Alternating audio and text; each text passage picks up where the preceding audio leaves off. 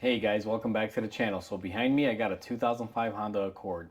You may remember this car from a previous video where we replaced the axle because it snapped in half. But today we're going to be replacing the upper control arm on it. As you guys saw in that video, it was pretty bad. So let's go ahead and replace this upper control arm. But before we do that, if you guys haven't subscribed to the channel, go ahead, hit the subscribe button down below because it definitely helps the channel grow. So let's go ahead and begin. So before we go ahead and begin, guys, one thing to note is that you got to somehow support the car with a jack and jack stands or a lift, depending on how you're going to be working on it. And then the first stage, after you get the car up in the air, you're going to want to remove the front tire. Now I've already removed mine because I had to look at a few things here. Now that we have the wheel out of the way, you guys are zoomed in to the work area. The first step is going to be to go ahead and dislocate the upper control arm. Now, first thing that I like to do is come in here and I remove my cotter pin. Sometimes the cotter pins will be frozen in there, guys, and they will kind of present a problem. However, on this specific one, we did just work on this car about, I want to say like a week ago. We did the axle, so we did have this all apart. There is a separate video on how to replace the axle on it.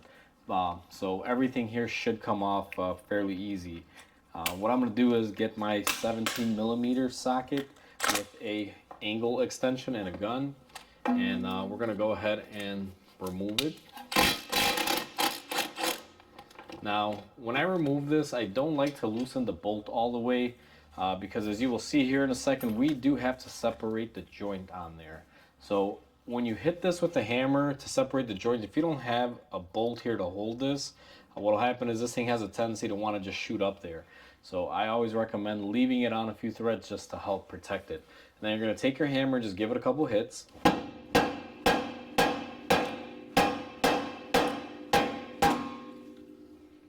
Well, it took us a little bit. Now that you've gotten your ball joint to separate, this arm is a little bit under tension. What I tend to do is I'll come in here and hold it down with one hand as I loosen the nut, and then you will see it wants to basically pick up and lift on you. Once that happens, guys, what you're going to need next is a 10mm. You're going to have to basically dislocate the wires that are on the knuckle here, primarily this one up here.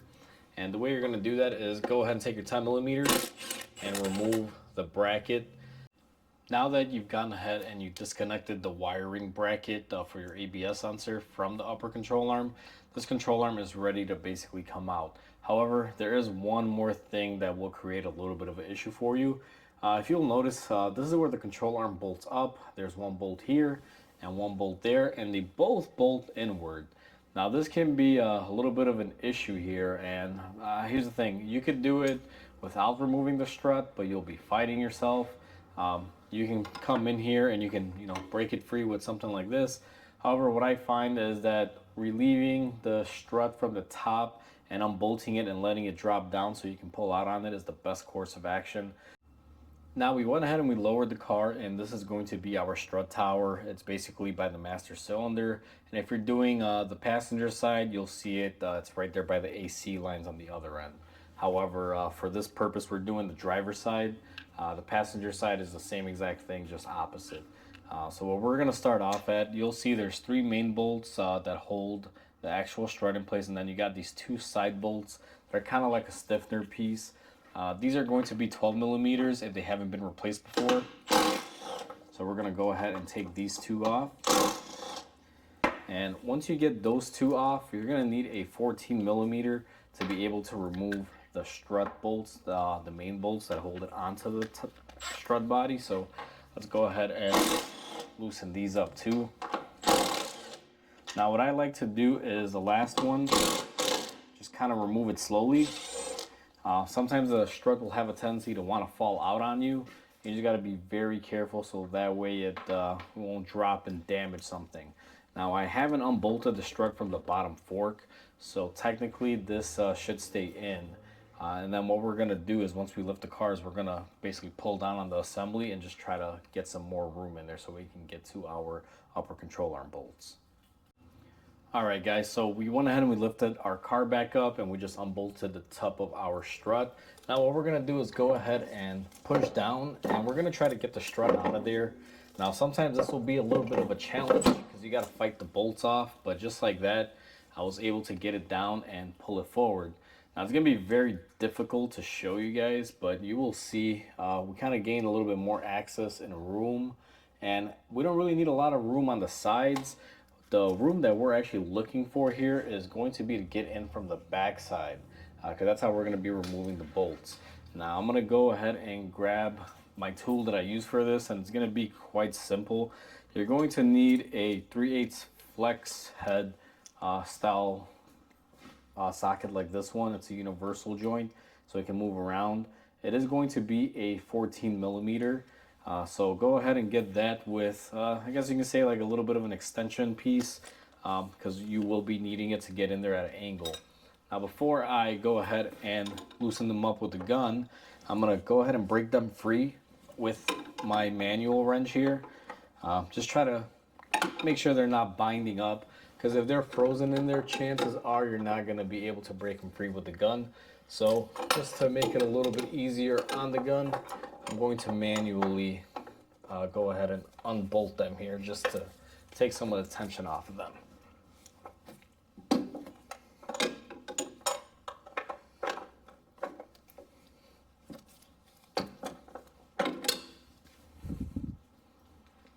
Now that you gone ahead and you broke free the bolts, guys, I'll show you the one that's a little bit more visible to see. It's going to be this side. I'll kind of go over a brief explanation here because I already moved one of the bolts, and hopefully I can kind of get you in at the best angle. What you're going to want to do is take your extension with your wobble bit. You're going to go ahead and put it in on the actual bolt here. Now sometimes these might have a little bit of surface rust on them. You want to make sure you get the socket all the way on. Once I have my socket all the way on, I'll come in here with my gun and just go ahead and take it off. And that's how you remove the bolt as far as loosening it. Then I just come in here from behind and go ahead and pull it out. Now I did the same exact thing for this side, guys. You just come in from the opposite end, and the bolts are fairly long. This is why I said if you don't remove the strut out of the way to get your hand in the back, you're never going to be able to get these off, because what will happen is you'll try to take it off and it'll hit the spring. And by pulling the shock forward after you unbolted, you give yourself all the room in the world to be able to get this out. Now my backside's already unbolted. You just saw me unbolt the front. They unbolt exactly the same way. And you're going to go ahead and take your control arm and just gently pull it out. And now your upper control arm is basically out of the way. Alright guys, so now that you have your control arm off, you will see that you have these little ear tabs on both sides where the control arm goes to. You're going to take your new control arm, and I like buying the quality stuff when it comes to these arms, guys. I don't cheap out. Now if you buy a cheap version of this or the economy one, it may fight you going in. What we're going to do is take our bolt, go ahead and reach up on the back side of the spring here, and you're gonna have to kind of look and position this. Now sometimes it will fight you, but you kind of got to do this like blindly in a way, and go ahead and position your forward one. Now I'm gonna do the same thing for the other side. Just go ahead and put the bolt in. Now the camera's kind of in the way here, guys. I might have to reposition you just a little ways back here. And the way I do it is just kind of, once you get one lined up, it'll hold it in. And you just kind of find your place here and wiggle it until you can get it inside a hole. Now you'll realize as you push it in, it'll kind of go in, and you just keep pushing a little more, and you'll kind of feel it go inside of the inner nut that the bolt will typically go into. Because sometimes it's hard to get these hand threaded on there and to start them off. Then what I'm going to do is go ahead and take our gun with our extension, and we're gonna go ahead and reach in back here. And I'm not gonna start hitting this really hard, guys. I'm gonna start it off on one thread and go ahead and zip it on. And we're not gonna fully tighten it either. We're just going to basically snug it up here.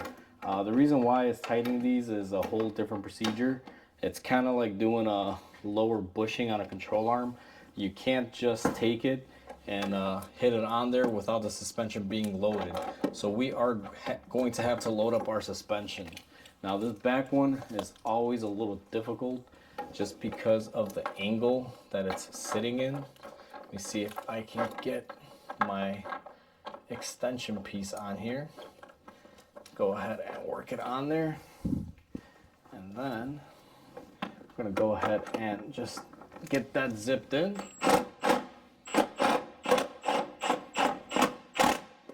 Alrighty. And same thing, guys, you don't want to tighten it down. You can see how my control arm is able to move. We left enough room there because for the tightening, we're going to have to do it a certain way by loading up the suspension. Now that everything is installed and you've gone ahead and snugged down the bolts but not fully tightened it, we're going to go ahead and remove our nut holding and our ball joint protector here. And we're going to go ahead and get this plastic piece out of the way. Sometimes they come with them. It's there to protect the boot from basically tearing up during installation. And what I'm going to do now is go ahead and try to get everything worked out of the way and give myself some room. And we're going to go ahead and push our spring back for our shock. Now this will be a little bit of a challenge, guys. You're going to need some sort of leverage like a pry bar or something. And the way that I typically like to do it is I will grab my pry bar and I will basically find some place here on the lower control arm to feed into. And I'm going to use this to basically pull down as I try to line up our strut back into its hole there. Now, it's not as easy as it looks, and it can be very daunting, but you know, it's just one of those things. You got to kind of fight it. It's easier when you have two people, someone to put the weight down on it and then someone to line it up. I'm going to go ahead and fight this a little bit because it does take a little bit of time with just one person. But you're basically aiming to get your spring and your strut and everything back into position with the bolt holes. Now the position of the bolt holes shouldn't have changed simply because you didn't do anything except pull it back. So go ahead and do what you got to do to get this lined up again, and we're going to go ahead and bolt it up. Now we got ahead and we lined up our upper strut mount to the body of the car, guys, and I haven't bolted it up or anything yet. I just kind of pushed it in and it found its place. You should technically put a bolt on it just to keep it from falling down for this stage, but I'm going to just do it very carefully. What we're going to do is go ahead and take our upper control arm and we're going to line it up with our knuckle assembly. Now you got to move the joint within there, so be very careful not to damage it or break the boot. And then we're going to go ahead and take our nut, put it on there. Now the next thing is going to be to go ahead and tighten that up and install your cotter pin after you tightened it up. Now that you went ahead and tightened up your upper control arm ball joint and you got your cotter pin set into place, what you're going to want to do is go ahead and get your bracket for your ABS sensor, and you're going to go ahead and bolt up your ABS wire to the upper control arm. Once you tighten up your bracket for your ABS speed wire down below, guys, all you have to do is lower the car and go ahead and install all of the bolts for your strut. It's quite easy. The bigger bolts go on the actual strut mount, and there's going to be the two smaller ones that'll go on this stiffener bracket, I guess you could call it. Now you'll kind of notice one thing here. This one is barely showing as far as the stud goes. And the way I like to do these when that happens is I alternate back and forth. So what I'm going to do is go ahead and take my 14 millimeter with my gun. I'm going to go ahead and pull it up by using the bolts, and you guys can see I'll have enough room there to get everything else in. And then we're going to go ahead and bolt it up. And you don't want to go really crazy on this, kind of work it slowly. I'm using the bolts to pull up the actual strut mount on there, but I'm not doing it so fast to the point that I'm damaging it. So now that those are snugged up, I'm going to go ahead and get those torqued on there properly. Now the last step in this whole process, we have to tighten up the bolts that hold up our upper control arm to the body, guys. And you have to do it while the full weight of the car is on the actual arm, so that way we don't damage our bushings. Now my setup is going to be as follows. I have this floor jack style that I use in the shop, and what I'm going to do is go ahead and lower the car onto it. Now this jack is already positioned on the lower control arm.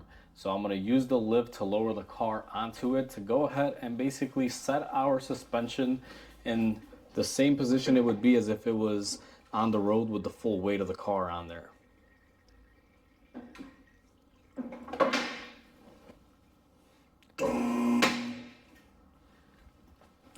So right about there is where our suspension would sit if the car was on the ground right now with the tire.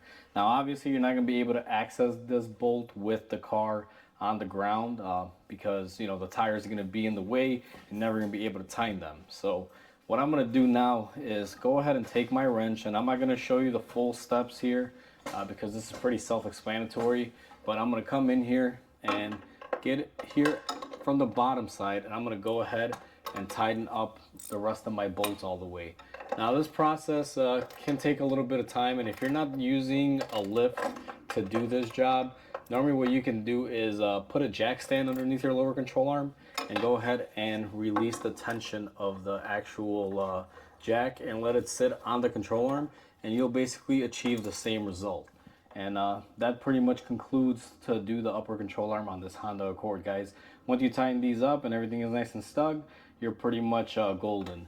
Now I will say there's no real way to get a torque wrench in there to get this thing torqued up, guys, because your suspension has to be fully assembled to be able to tighten this on there. You can't leave the strut off the car and try to tighten it because you're not going to achieve the proper ride height level. So just be cautious when you're doing this. It is going to take a little bit of time. And I normally just hand tighten these bolts. I take my long wrench, and just when they're nice and snug, that's good enough. I've never had an issue with them. So that's pretty much how you do the upper control arm. So it's just that simple, guys, to replace the upper control arm on a Honda Accord. Now you can apply this to a lot of Accords and Civics throughout the years, even other models like the Preludes. They all have a similar upper control arm design, and they all basically require the same steps. So hopefully this video can help you guys out on more than just a Honda Accord. It varies along all models of sedans for Honda for a wide range of years. So with that said, guys, please comment, like, and subscribe. It definitely helps the channel grow. And until then, I hope you guys have a wonderful day, and I'll catch you guys on the next repair.